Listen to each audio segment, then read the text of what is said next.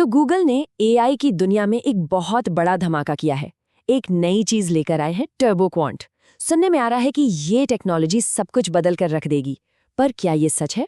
चलिए आज इसी नई टेक्नोलॉजी की तह तक चलते हैं और देखते हैं कि इस दावे में आखिर कितना दम है। तो आखिर गूगल का दावा है क्या? सीधा साधा दावा ये है कि टर्बो क्वांट एआई के लिए मेमोरी का इस्तेमाल 4 से 6 गुना तक कम कर सकता है। सोचिए, 4 से 6 गुना। ये कोई मामूली बात नहीं है, खासकर आज के जमाने में जब एआई मॉडल्स इतने बड़े और इतने ज्यादा मेमोरी खाने वाले होते जा रहे हैं। और अगर ये दावा सच निकला तो ये टेक्नोलॉजी सच में एक गेम चेंजर होगी। जरा सोचकर देखिए, एआई को चलाना कितना सस्ता हो जाएगा और फिर ये ज्यादा से ज्यादा लोगों तक पहुंच पाएगा। मतलब ये एआई की डेवलपमेंट का पूरा रास्ता ही बदल सकता है। और पता है सबसे बड़ी बात क्या है? ये अनाउंसमेंट एक ऐसी टाइम पर आया है जब इसकी सबसे ज्यादा जरूरत थी। पूरी दुनिया में इस वक्त मेमोरी की जबरदस्त कमी चल रही है। एआई चलाने के लिए जो जीपीयूज चाहिए, उनकी कीमतें तो बस आसमान छू रही हैं। ऐसे में कोई भी ऐसी टेक्नोलॉजी जो मेमोरी का इस्तेमाल कम करे, वो एक बहुत बड़ी राहत लेकर आती है। लेकिन यहाँ एक बड़ा सवाल खड़ा होता है, क्या ये सब सिर्फ मीडिया का बनाया हुआ शोर है, एक हाइप है, या फिर इस टेक्नोलॉजी में सच में कोई दम है? चलिए पता लगाते हैं। इस पड़ताल में हम इसी सवाल का जवाब ढूंढेंगे। तो सबसे पहला सवाल, आखिर ये टर्बो क्वांट करता क्या है? अच्छा, इसे समझने के लिए हमें थोड़ा सा टेक्निकल होना पड़ेगा, ज्यादा नहीं। और आपको ये जानकर शायद हैरानी होगी कि इसके पीछे का जो आइडिया है ना, वो कोई एकदम नया नहीं है। देखिए, ये सब शुरू होता है क्वांटाइजेशन नाम की एक प्रोसेस से।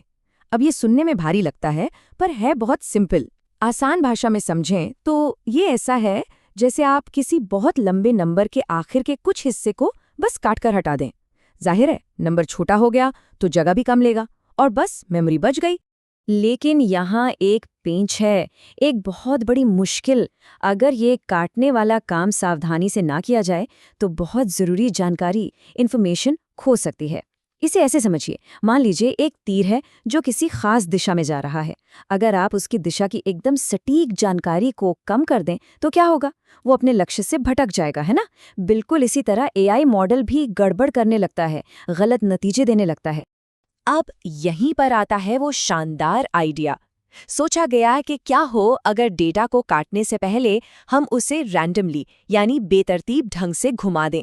मतलब उस तीर को हर दिशा में बराबर फैला दें। इससे होगा ये कि तीर की सारी जानकारी किसी एक दिशा में नहीं रहेगी, बल्कि सभी दिशाओं में बराबर बँट जाएगी।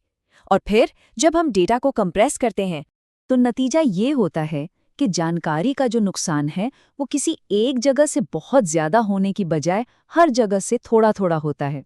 और इस तरह उस तीर की जो असली दिशा थी, उसका जो सार था, वो बना रहता है ना कमाल? एक सिंपल लेकिन बहुत ही असरदार तरीका। तो जो सीक्रेट सॉस है, जो बात इसे सच में मजेदार बनाती है, वो ये है कि टर्बो क्वांट कोई एक बिल्कुल नई खोज नहीं है। ये असल में 3 पुराने और पहले से मौजूद आइडियाज का एक बहुत ही चालाक कॉम्बिनेशन है। एक तो क्वांटाइजेशन यानी नंबर्स को काटना, दूसरा रैंडम रोटेशन और तीसरा है जेएल ट्रांसफॉर्म, जो डेटा को कंप्रेस करने की एक पता है कितनी 40 साल पुरानी तकनीक है।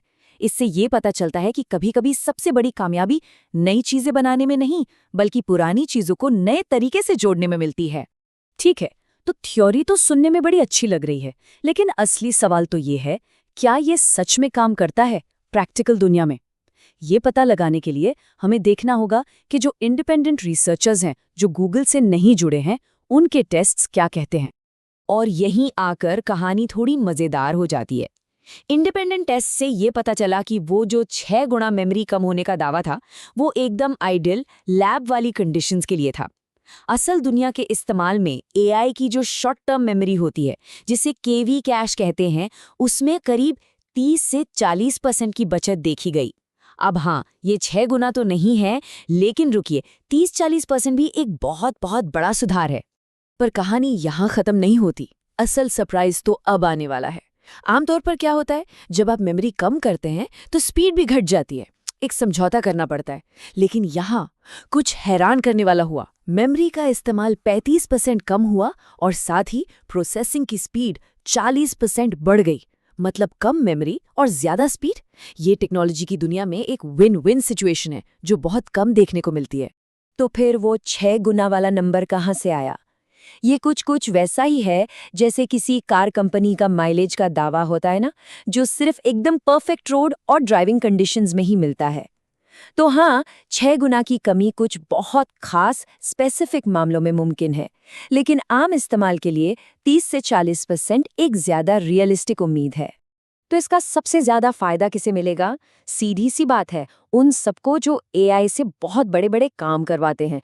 जैसे सोचिए किसी बहुत बड़ी पीडीएफ फाइल को एनालाइज करना हो, या किसी फिल्म की स्क्रिप्ट को समझना हो, या फिर हजारों लाइनों वाले एक बहुत बड़े कोड बेस को समझना हो। ऐसे मामलों में मेमोरी की ये बचत सच में गेम चेंजर साबित हो सकती है।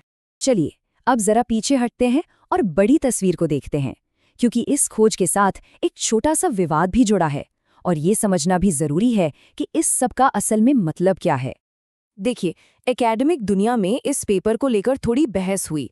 कुछ रिसर्चर्स का ये कहना था कि ये जो टेक्नोलॉजी है वो उनके पहले किए गए काम से काफी मिलती जुलती है और शायद उन्हें इसका पूरा क्रेडिट नहीं दिया गया। हालांकि पेपर पब्लिकेशन के लिए एक्सेप्ट हो गया है, पर एकेडमिक सर्कल में ये एक चर्चा का मुद्दा बना हुआ है। तो आखिर में ये सब मायने क्यों रखता है? देखिए, पहली बात तो ये कि टर्बोकॉइन जैसी टेक्नोलॉजी एआई को सस्ता और ज्यादा लोगों की पहुंच में लाती है, खासकर बड़े कामों के लिए। दूसरी बात ये साबित करती है कि सबसे बड़े इनोवेशन हमेशा बिल्कुल नई खोज से नहीं आते, बल्कि कभी-कभी पुराने आइडियाज को नए तरीके से जोड़ने से आते हैं। और आखिर में ये हमें याद दिलाता है कि एआई की दुनिया में फंडामेंटल लेवल पर अभी भी बहुत कुछ नया होना बाकी है। और ये पूरी कहानी हमें एक बहुत दिलचस्प सवाल के साथ छोड़ जाती है। ऐसे और कौन से पुराने आइडियाज हो सकते हैं जो कहीं इंतजार कर रहे हैं और भविष्य की टेक्नोलॉजी में एक नई क्रांति ला सकते हैं? सोचने वाली बात है ना?